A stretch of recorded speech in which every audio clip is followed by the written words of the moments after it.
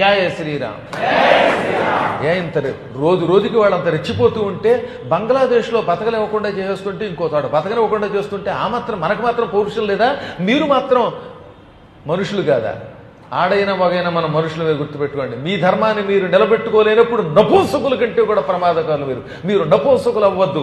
పుంసాం మోహన రూపాయ అన్నట్టు అవ్వండి అంతే. లక్షల మంది పురాణాలు వింటున్నారు.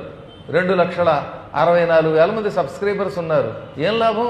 ఇంకా ఎక్కువగా తయారవ్వాలి, పురాణములు వినాలి, ధర్మం కోసం నిలబడాలి. చైతన్యం చాలా వచ్చింది పూర్వంతో పోలిస్తే. మళ్ళీ వచ్చే సమయానికి ఎలక్షన్ టైంలో పద్మం తప్ప ఇంకోటి కనపడకూడదు భారతదేశంలో.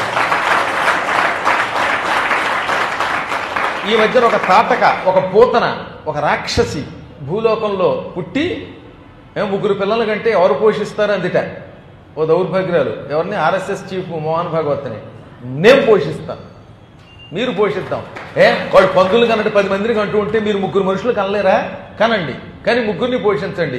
అందులో ఒక్కొక్కండి దేశానికి ఇవ్వండి, మన మిలిటరీకి ఇవ్వండి, మన ధర్మం కోసం ఒకటి ఇవ్వండి. 2 ఇంట్లో అట్టే పెట్టుకోండి, ఏం పర్వాలేదు.